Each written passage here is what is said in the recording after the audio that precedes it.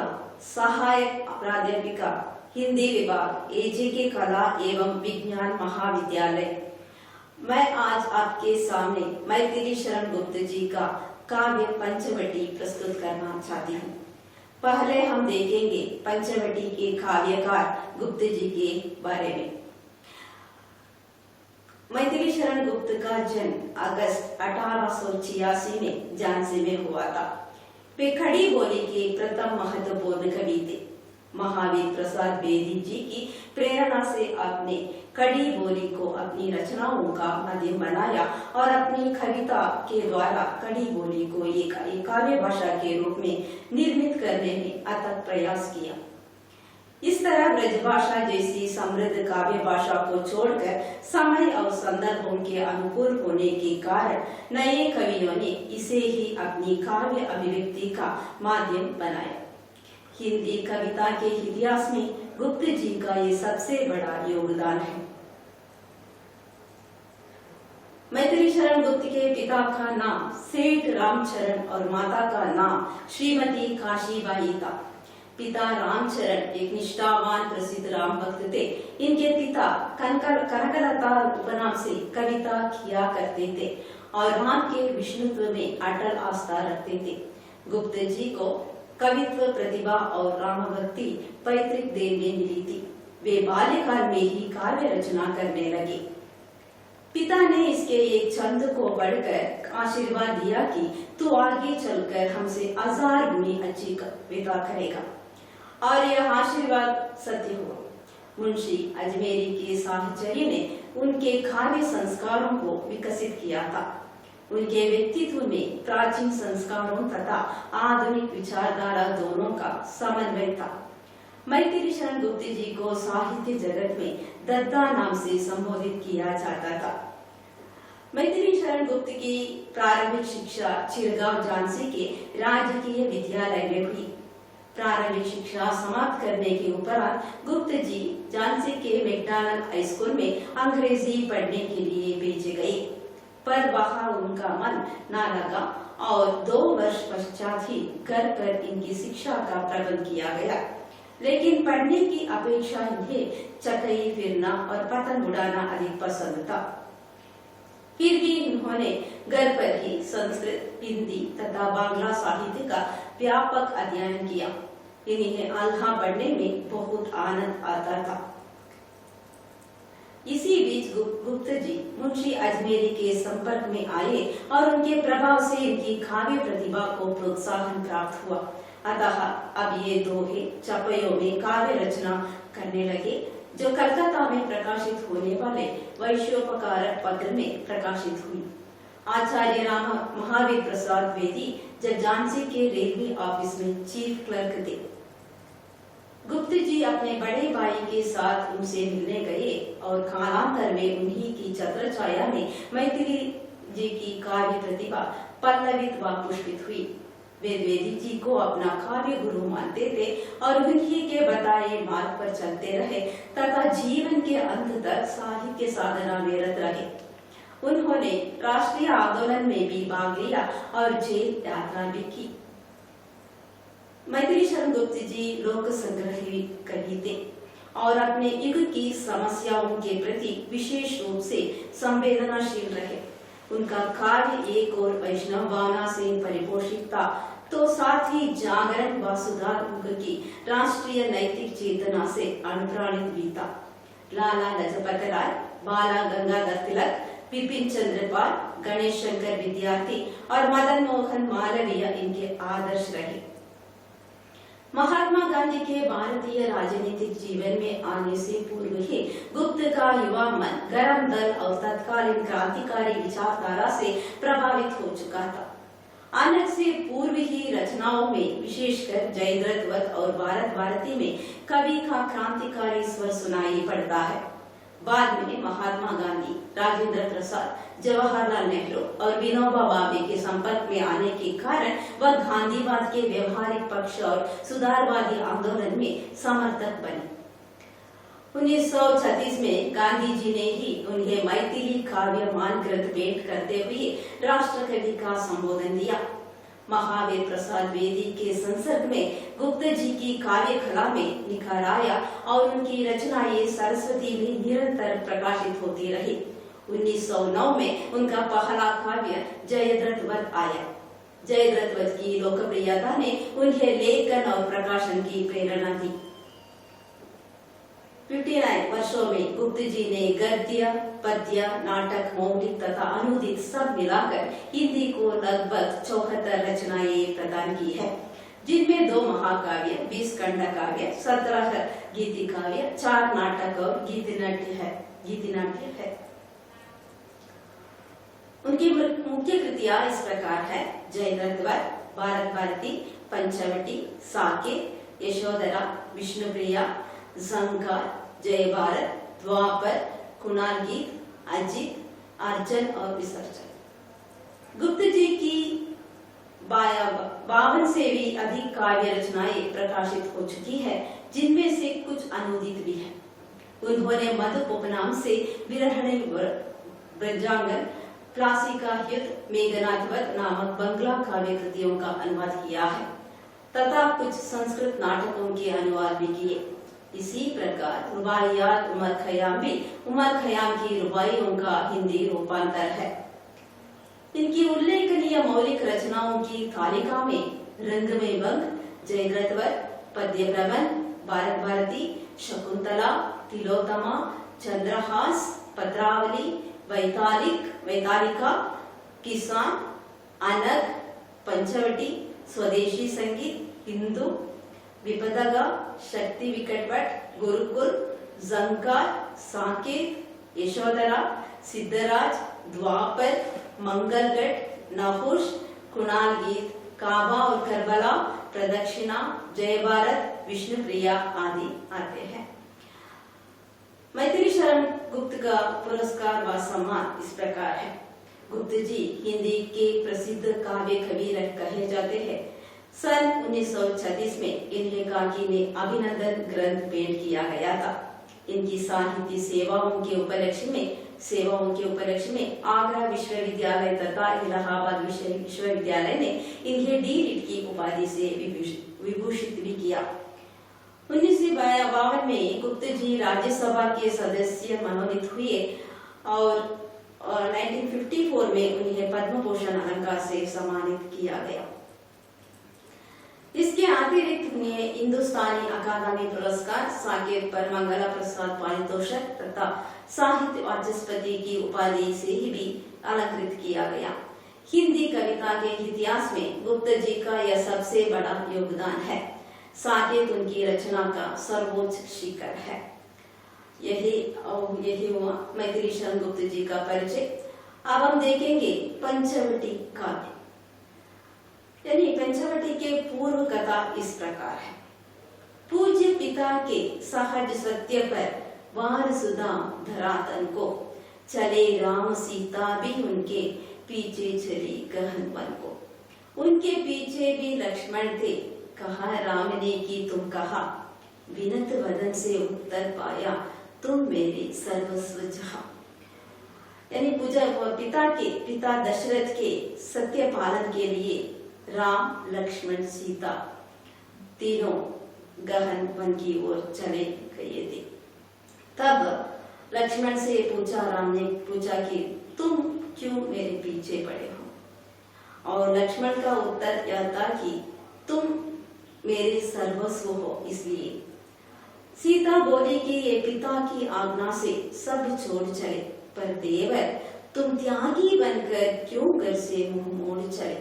उत्तर मिला कि आर्य बस बना ना दो मुझको त्यागी, आर्य चरण सेवा में समझो मुझको भी अपना भागी। यानी सीता देव से पूछती है कि लक्ष्मण से पूछती है कि तुम क्यों त्यागी बनकर घर छोड़कर हमारे पीछे आ रहे हो? तब लक्ष्मण का उत्तर है कि मुझको त्यागी मत कहो, मैं आर्य चरण सेवा के लिए आपके साथ आ रहा हूँ। क्या कर्तव्य यही है भाई? लक्ष्मण ने सिर झुका लिया। राम पूछता है कि तो कर्तव्य नहीं है मेरे पीछे आने का। आर्य आपके प्रेम जनने कब कब क्या कर्तव्य किया, प्यार किया है तुमने केवल, सीता यह कर मुस्काई, किंतु राम की उज्ज्वल आंखें सफल सी भर है। कितना अच्छा है। यानी सीता पूछती है कि लक्ष्मण से क्यों हमारे पीछे पड़े। लक्ष्मण कहता है कि आपकी सेवा के लिए। और सीता बताती है कि तुम सबको प्यार किया है। लेकिन यह सुनकर राम की आंखों में आंसू आ गए। कवि बताता है कि इन सबको देखकर, इन सबको सुनकर राम की आंखों में आंसू आ गए। अभी पूर्वाभास की कहानी है यही। राम, लक्ष्मण और सीता पंचवटी में एक कुटीर बनाकर वहां रहते हैं। तब रात का समय है। यहाँ से पंचवटी का आरंभ होता है। पहले पहर गुप्त जी ने पंचवटी का आरंभ इस तरह किया है कि प्रकृति वर्णन के साथ बहुत अच्छा वर्णन है। चारों चंद्र की चंचल किरणें खेल रही है जल तल में, स्वच्छ चांदनी बिछी हुई है अवनी और अंबर तल में, पुलक प्रकट करती है धरती हरित तृणों की नोकों से, मानो झीम रहे हैं तरुबी मंद पवन के झोंकों से। कितना अच्छा वर्णन है। यानी चंद्र के चंचल किरणें होती है और भूमि में उसका प्रकाश किरणें फैली हुई है। स्वच्छ चांदनी बिछी हुई है। ये भूमि पर भी है और आकाश पर भी ये चांदनी फैली हुई है। ये हरित तृणों की नोकों से यानी उसके स्पर्श से यह धरती पुलक प्रकट करती है। ये वृक्ष भी, ये पेड़ सब मंद पवन के झोंकों से झूम रहे हैं। पंचवटी की छाया में है सुंदर पर्ण कुटीर बना, जिसके सम्मुख स्वच्छ शिला पर धीर वीर निर्भीक मना, जाग रहा यह कौन धनुर्धर, जबकि भुवन पर सोता है, भोगी कुसुमायुध योगी सा बना दृष्टिगत होता है। यानी पंचवटी की उस छाया में एक सुंदर पर्ण कुटीर बनाकर ये तीनों वहां रहते हैं।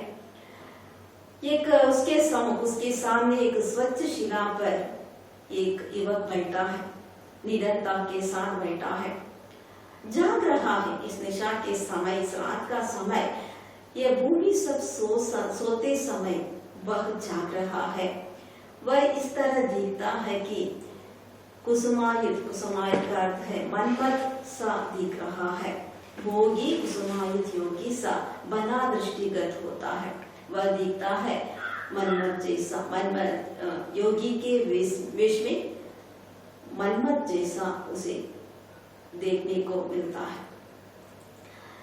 किस व्रत में है व्रतवीर यहाँ, निद्रा का योग त्याग किए, राज्य भोगी के योग्य विपिन में बैठा आज विराग लिए। कवि पूछता है कि किस व्रत में है वह वीर, निद्रा को छोड़कर वह यहाँ बैठा है, वह किस व्रत में है। राजभोग के योगी विपिन में, ये नहीं राजकुमार है, ये तो मनमत जैसा सुंदर है, राज्य को भोग करने वाला है, लेकिन अब वह ये कानन में क्यों बैठा है इस तरह विराग लेकर। बना हुआ है प्रहरी जिसका, किसकी प्रहरी है वह, उस कुटीर में क्या धन है, उसकी रक्षा करने के लिए क्यों यहाँ बैठा है। जिसकी रक्षा में रत इसका तन है, मन है, जीवन है, जिसकी रक्षा कर रहा है वह योगी। मर्त्य लोक मालिन्य मेटने स्वामी संग जो आई है, तीन लोकी की लक्ष्मी ने यह कुटी आज अपनाई है। वीर वंश की लाज यही है, फिर क्यों वीर ना हो प्रहरी, विजन देश है निशा शेष है, निशाचरी माया ठहरे। कितने अच्छे कविता की पंक्तियां हैं। मर्त्य लोक यानी ये भूलोक, कोई भूलोक में जो दोष है, जो बुराई है, उसे मिटने के लिए, मिटने में उसे सब कुछ खत्म करने के लिए राम का संग जो आई है। तीन लोक की लक्ष्मी, यहाँ सीता को तीन लोक की लक्ष्मी कहा है कवि ने। आज एक झोपड़ी बनाकर वहां रह गई है। ये तो वीर वंश की गौरव है। इसलिए लक्ष्मण भी वीर प्रहरी बन गया है। विजन देश है, कोई जन नहीं है, कोई लोग वहां नहीं है। निशा अभी बाकी है, निशाचरी का समय है यह, यानी राक्षस लोग आने वालों का समय है। कोई पास ना रहने पर भी जनमन मौन नहीं रहता। आप आपकी सुनता है, वह आप आपसे है कहता। बीच बीच में इधर उधर दृष्टि डालकर मोदमयी मन ही मन बातें करता है, धीर धनुर्धर नहीं। यहाँ गुप्त जी लक्ष्मण का वर्णन इस प्रकार करते हैं कि वह मन ही मन सब सोच कर वहां बैठा है। यह हमारा मन कैसा होता है कि कोई भी पास न रहने पर भी मन मौन नहीं रहता, वह कुछ भी सोचता रहता है। आप आपकी सुनता है, जो कुछ हम बातें करते हैं वही भी सुनता है, आपसे आप बात करता है। और वह लक्ष्मण इधर उधर थोड़ी सी अपना दृष्टि डालकर देख रहा है और मन ही मन कुछ नया नया विचार सोच रहा है। वह क्या ही स्वच्छ चांदनी है क्या यह निस्तब्ध निशा है, स्वच्छंद सुमंद गंध वह निरानंद है कौन दिशा। बंद नहीं अब भी चलते हैं नियति नटी के कार्यकलाप, पर कितने एकांत भाव से, कितने शांत और चुपचाप। कवि यह कहता है कि लक्ष्मण के मन में प्रकृति कैसा दिख रहा है। यह गुप्त जी का अच्छा वर्णन है प्रकृति के बारे में। यह स्वच्छ चांदनी है, निस्तब्ध निशा है, कोई आवाज नहीं आ पा रही है, और स्वच्छंद हवा आ रही है, सुगंध हवा। ये तो सब दिशा आनंदमय होता है। बंद नहीं अभी भी चलते हैं नियति नटी के कार्यकलाप। कितना अच्छा, नियति यानी प्रकृति नटी के ये कार्य कभी बंद नहीं होता, वह चलती ही रहती है। सब लोग सोने पर भी उसका कार्यकलाप जारी रहती है। लेकिन एकांत भाव से ये अलग है। सब सो रहे हैं, लक्ष्मण एकांत भाव में बैठकर वह योगी जैसा दिख रहा है, लेकिन यह प्रकृति अपना कार्यकलाप जारी रखती है, लेकिन एकांत भाव से, शांत और चुपचाप से। आई बिखेर देती वसुंधरा मोती सबके सोने पर। ओस की बूंदे का वर्णन इस प्रकार करते हैं गुप्त जी। वसुंधरा पर यह मोती बिखरे हुए है, उसकी बूंदे बिखरे हुई है। रवि बटोर लेता है उनको सदा सवेरा होने पर, यानी सूर्य उसको बटोर लेता है, अपने पास ले जाता है सवेरा होने पर, और देता है संध्या को। वो तो आराम कर रही है, सूर्य के आने पर संध्या आराम करती है, तब सूर्य उसको देती है सब उसकी बूंदे को। शून्य श्याम तनु जिससे उसका नया रूप जगाता है। उस रात में उसकी बूंदे का एक नया रूप हमें दिखाई देती है। सरल तरल जिन तुहिन कणों से हस्ती हर्षित होती है। ये सरल है, यह तुहिन कण मीन्स उसकी बूंदे बहुत छोटी है, फिर भी वह हंसती रहती है। अति आत्मीय प्रकृति हमारे साथ ही मुझे से रोती है। लेकिन यहाँ गुप्त जी कहता है कि यह बूंद का कण हंसती भी है, रोती भी है। अनजानी बोलों पर भी वह दादरी दंड तो देती है। अगर हम प्रकृति के विरोध चलते हैं तो वह मुझे दंड देता है, पर बूढ़ों को भी बच्चों सा सदैव भाव से सीखती है। लेकिन सबका सब समेट लेकर वह बूढ़ों को भी बच्चों सा स्थान देता है, यह प्रकृति, यह धरती। अब लक्ष्मण का विचार देखिए। 13 वर्ष व्यतीत हो चुके, पर है मानो कल की बात। ये सब लक्ष्मण का ही विचार है। 13 वर्ष अब बीत गया, लेकिन ये सब कल की बात जैसा लगता है। वन को आते देख हमें जब आत अचेत हुए देता। अब हम तीनों वन की ओर आ गए तो वह मूर्छित हो गया था। दशरथ तात मीन्स पिता है। अब बस समय निकट ही है जब अवधि पूर्ण होगी वन की। अभी अभी समय आ रहा है यह अवधि पूर्ण होने की, किंतु प्राप्ति होगी इस जन को इससे बढ़कर किस धन की।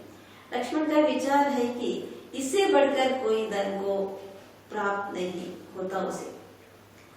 और आर्य को राज्य वाल तो वे प्रजा ही डालेंगे। अब राम के बारे में सोचता है लक्ष्मण, राज्य वाल तो वे प्रजा ही डालेंगे। अगर वह अयोध्या जाएंगे तो प्रजा के हित के लिए ही सब राज्यभार ले लेंगे। वह व्यस्त रहेंगे, हम सबको भी मानो विवश बिसारेंगे। यहाँ कानन में भी हो या अयोध्या में भी हमको खुश रखने के लिए, हमें संतुष्ट रखने के लिए वे जरूर प्रयत्न करते रहेंगे। कर विचार लोकोपकार का हमें ना इससे होगा शोक। केवल लोगों की भलाई का विचार ही उसके मन में है, पर अपना हित आप नहीं क्या कर सकता है या न लो। लेकिन अपना हित वह नहीं सोचता, लेकिन यह नरलोक उसका जो महत्व है वह पहचान नहीं पाता। मंजरी माँ ने क्या समझाता कि मैं राजमाता होंगी, निर्वासित कर आर्य राम को अपनी जड़ें जमा लूंगी। मंजरी माँ कैकेयी है, उसके बारे में सोचता है लक्ष्मण। वह क्या सोचा था, अगर राम को वन भेजते ही मैं राजमाता बनूंगी, निर्वासित कर आर्य राम को अपनी जड़ें जमा लूंगी। अगर मैं राम को निर्वासित कर देता तो मैं अब राजमाता बनूंगी। चित्रकूट में किंतु उसे ही देख स्वयं करना तथी। चित्रकूट में जब भरत था, चित्रकूट में वहां सब मिलकर बातें करते समय कैकेयी पश्चाताप करती है, तभी करुणा भी तकती है उसे देखकर। उसे देखते थे सब हंसती, मुझको ही ना देख सकती। और कैकेयी का उस फीलिंग्स को, कुछ भावनाओं को वर्णन करता है वह। उसे देखते थे सब, कितने दूषित हो गई थी वह, कितने दोष को उस पर लेकर वह खड़ी थी। सब लोग उस पर कुछ भला बुराई करते समय वह सब लोग उसे देखते थे, लेकिन वह अपने को नहीं देख पाने वाले थे। शर्म से वह आंखें नीचे करके वह खड़ी थी। इसी प्रकार लक्ष्मण को वह दृश्य भी याद आता है। अहो राज्य मातृत्व यही था, हुए भरत भी सब त्यागी, पर 100 सम्राटों से भी है सचमुच बड़ा भागी। एक राज्य का मूल जगत ने कितना महामूल्य रखा, हमको तो मानो मन में ही है विश्रानुकूल रखा। राज मातृत्व यही था। भरत भी त्यागी बनकर उसके सामने आया है। अब सम्राटों से भी, 100 सम्राटों से भी ये बहुत बड़ा भाग्यशाली है। लक्ष्मण का सोच है, एक राज्य का एक मूल जगत क्या किया, इसको कितना राम का मूल्य नहीं रखा था। लेकिन लक्ष्मण का सोच है कि वन में ही हमें बहुत संतोष मिलता है, वन में ही विश्वानुकूल रखा, सबका सब अनुकूल हमारे ओर पर, हमारे पर सब कुछ अनुकूल ही रहा है। होता यदि राजत्व मात्र ही लक्ष्य हमारे जीवन का, केवल राज का शासन ही हमारा लक्ष्य हो तो क्यों अपने पूर्वज उसको छोड़ मार्ग लेते वन का। परिवर्तन ही यदि उन्नति है तो हम बढ़ते जाते हैं, लक्ष्मण का विचार है। और केवल राजकुल में पैदा होकर राज्य भार ही हमारा लक्ष्य हो तो क्यों हमारे पूर्वज वन मार्ग पर जाते थे। और परिवर्तन ही यदि उन्नति है, परिवर्तन जीवन में परिवर्तन ही उन्नति को लाते हैं तो हम बढ़ते ही जाने वाले हैं, किंतु मुझे तो सीधे सच्चे पूर्व भाव ही पाते हैं। लेकिन मुझे सीधे सच्चे मार्ग मैं पसंद करता हूँ। जो हो जहाँ आर्य रहते हैं वही राज्य वे करते हैं, उनके शासन में वनचारी सब स्वच्छंद विहरते हैं। इधर राम के बारे में सोचता है लक्ष्मण, जहाँ राम रहते हैं वही उनका राज्य है, वही शासन करता है। उनके शासन में वनचारी यानी वहाँ के जंगल का सब पशु पक्षी स्वच्छंद विहरते हैं, आजादी से वह घूम कर आते हैं। रखते हैं सयत्न हम पुण्य जिन्हें पिंजरों में कर कर। लेकिन यहाँ होने वाले पशु पक्षियों के हम पुर में नगर में यानी अयोध्या में पिंजरों में बंद करके रखते थे। वे पशु पक्षी भाभी से है, इले यहाँ स्वयं सानत। लेकिन ये सब अब पशु पक्षी सब भाभी के कारण यानी सीता के कारण संतुष्ट रीति से जीवन बिताते हैं। करते हैं हम पतित जनों में बहुधा पशुता का आरोप करता है पशु वर्ग, किंतु क्या निज निसर्ग नियमों का लोग। यह सोचता है कि हम कोई नीचे लोगों को पशु कहकर पुकारते हैं, लेकिन यहाँ पशु वर्ग किसी प्रकृति का लोग कुछ भी नहीं करता, कुछ दूषित नहीं बनाता। मैं मनुष्य का को सुरत्व की जननी भी कर सकता हूँ। लक्ष्मण का सोच है, मनुष्यता को सुरत्व समझता हूँ, लेकिन पतित को पशु कहना भी कभी नहीं सह सकता हूँ। लेकिन कुछ हमारे नीचे लोगों को पशु कहना मुझे अच्छा नहीं लगता। आकर विचित्र पशु पक्षी यहाँ बिताते दोपहरी, बाबी भोजन देती उनको पंचवटी छाया गहरी।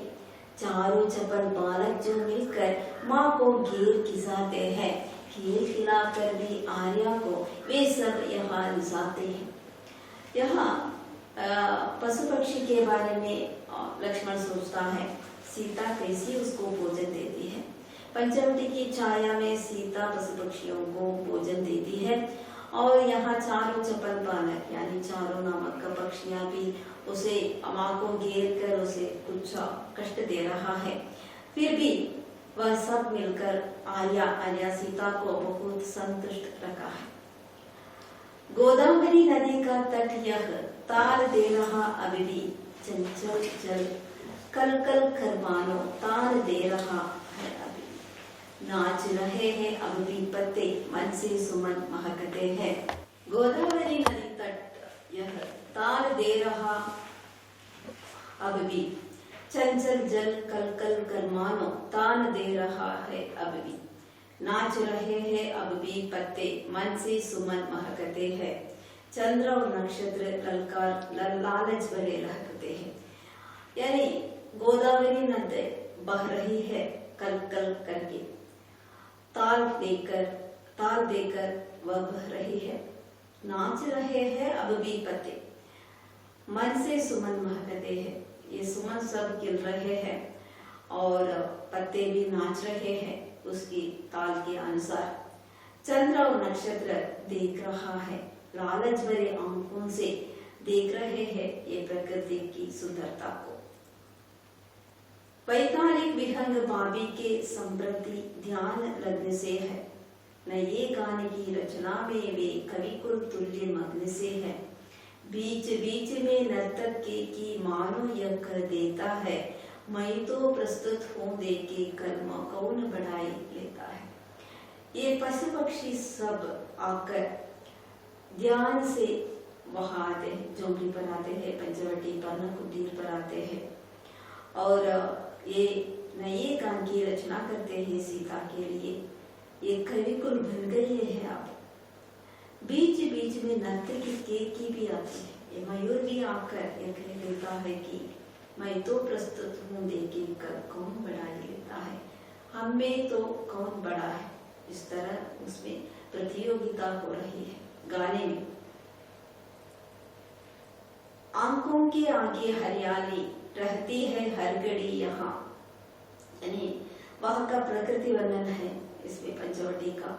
हरियाली रहता है और हर घड़ी जहाँ तहाँ झाड़ी में सिरती है झरनों की जड़ी, यहाँ झाड़ी में आवाज आ रही है झरनों की। मन की एक एक हिमकणिका झाड़ी में आती है झरनों की वह आवाज। मन की एक एक हिमकणिका जैसी सरसर सूची है, पवित्रता है। एक एक बूंदे भी, मन की एक एक बूंदे भी बहुत पवित्र है, उसमें पवित्रता है। क्यों सौ सौ नागरिक जनों की वैसी विमल रस में रुचि है। यहाँ रहने वाले जनों की तो मन वह बहुत सूची है या शुचित्व रखता है उसमें। लेकिन वह यहाँ पूछता है कि इतनी जनों के मन, नागरिकों का मन इतना सूची होता है। प्रकृति का वर्णन करते समय कवि कहता है कि यहाँ का यह कानन का वर्णन बहुत अच्छा लगता है लक्ष्मण को। लक्ष्मण का सोच है कि मुनियों का सत्संग यहाँ है, जिनके हुआ है तत्वज्ञान। यहाँ कानन में उन्हें मिला है मुनियों का सत्संग, इससे उसको तत्व ज्ञान भी मिला है। सुनने को मिलते हैं उनसे नित्य नए अनुपम आज्ञा, कुछ कहानी को सुनते हैं वो उनसे।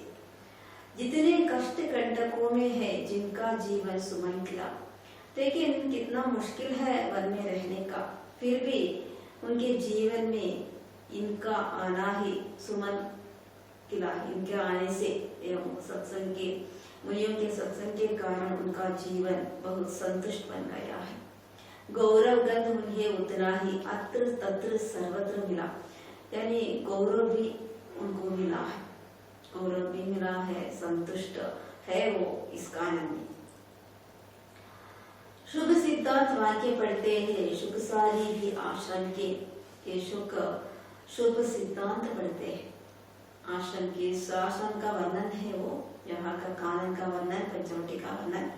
मुनि कन्याएं यश गाती है, क्या ही पुण्य पराक्रम के। सब मुनि कन्याएं राम की यश गाना गाती है। आहा आर्य के विभिन्न राज्य में सुखपूर्वक सब जीते हैं। राम के यह जंगल का एक राज्य में, ये शासन में सब लोग सुख से जीवित करते हैं। सिंह और मृग एक घाट पर आकर पानी पीते। सिंह और मृग ये तो विरोधी है, लेकिन अब दुश्मन है ये दोनों। लेकिन राम राज्य के इस संदर्भ पर ये सिंह और मृग आकर, यानी हिरण आकर एक ही घाट पर पानी पीते हैं। कभी विपिन में हमें व्यंजन का पड़ता नहीं प्रयोजन है। इस कारण में कुछ खाने के लिए जो कुछ मिलता है उसके बारे में लक्ष्मण सोचता है। निर्मल जल मधुकंद फल आयोजनमय भोजन है, सबका सब तैयार है, उनका कुछ खाने की चीज बनाने का कोई आवश्यकता नहीं। निर्मल जल मिलता है, मधु मिलता है, कंदमूल फल सब उनको तैयार है, उनके लिए तैयार है सब भोजन। मन प्रसाद चाहिए केवल, क्या कुटीर फिर क्या प्रासाद। लेकिन लक्ष्मण का विचार है कि मन को आनंद मिलने वाला है, या राजमहल तो भी कुटीर हो तो भी मन को शांति मिलना ही है। भाभी का आह्लाद अतुल है, मंजरी माँ का विपुल विशाल। भाभी का या कानन में रहने पर या पंचवटी में रहने पर उसका संतुष्ट बहुत अतुल्य है, और मंजरी माँ का जो विषाद है बहुत है, वह विषाद करती होगी। या कैकेयी का दुख बहुत बड़ा है, लेकिन भाभी को जो जीवन इसमें मिला है, इस कारण में मिला है, वह अतुलनीय है। अपने पौधों में जब भाभी बर पानी देती है, खुरपी लेकर आप निराती जब वे अपनी खेती है, पाती है तब कितना गौरव, कितना सुख, कितना संतोष। स्वावलंब की एक झलक पर न्योछावर कुबेर का कोश। पौधों पर खेती करती है सीता, पौधों में पानी देती है और खुरपी लेकर अपनी खेती संभाल लेती है। लेकिन यह काम करने पर उसको गौरव मिला है, संतोष मिला है, सुख मिला है। स्वावलंबी की एक झलक पर, यानी अब अपने पाँव पर खड़ा है, सब कुछ त्याग करके वह इस कारण में आई है और इस तरह का जीवन में वह कुबेर का कोष भी त्याग कर सकती है। सांसारिकता में मिलती है यह निराली निस्पृहता, अत्रि और अनसूया की सी होगी कहा पुण्य ग्रहता। यह संसार में या परिवार में रहते समय यह निस्पृहता उसे मिली है, यह असाधारण निस्पृहता उसे मिली है। अनसूया अत्रि जैसे उसका यह जीवन हुआ है। आप राजमहल में ऐसा जीवन नहीं पाती, लेकिन अब कानन में रहने पर, पंचवटी में रहने पर सीता को अत्रि और अनसूया जैसी पुण्य ग्रहता मिली है। मानव है यह भुवन भिन्न ही, कृत्रिमता का काम नहीं। इधर यह पंचवटी ये तो बहुत भिन्न है, कृत्रिमता यहाँ कोई कृत्रिमता नहीं है। प्रकृति अधिष्ठात्री है, इसकी कई विकृति का नाम है। केवल प्रकृति ही यहाँ शासन करने वाली है, विकृति नहीं है, यानी कृत्रिमता नहीं है। स्वजनों की चिंता है हमको, होगा उन्हें हमारा सोच। अभी अभी मुझे घर की याद आती है, लक्ष्मण का सोच है। वह सोचता है कि मेरे लोगों को, यानी मेरे परिवार को मेरी चिंता, हमारी चिंता जरूर होगा, हमारा सोच होगा। यही एक इस विपिन वास में दोनों ओर रहा संकोच। लेकिन विपिन वास में ऐसा नहीं हो पाता।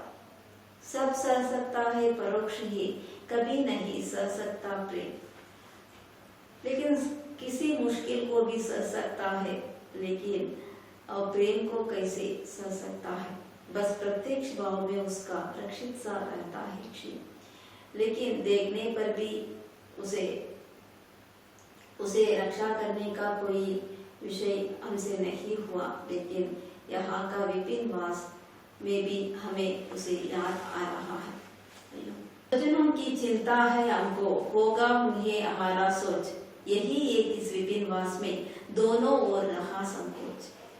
वह सोचता है लक्ष्मण, हमें स्वजनों की चिंता है, हमारे लोगों की चिंता है, हमारे परिवार का चिंता है, और लेकिन कुछ संकोच हो रहा है इस विपिन वास में। कैसे मालूम होता है कि वह कैसे है? लोग सब सह सकता है परोक्ष ही, कभी नहीं सह सकता प्रेम।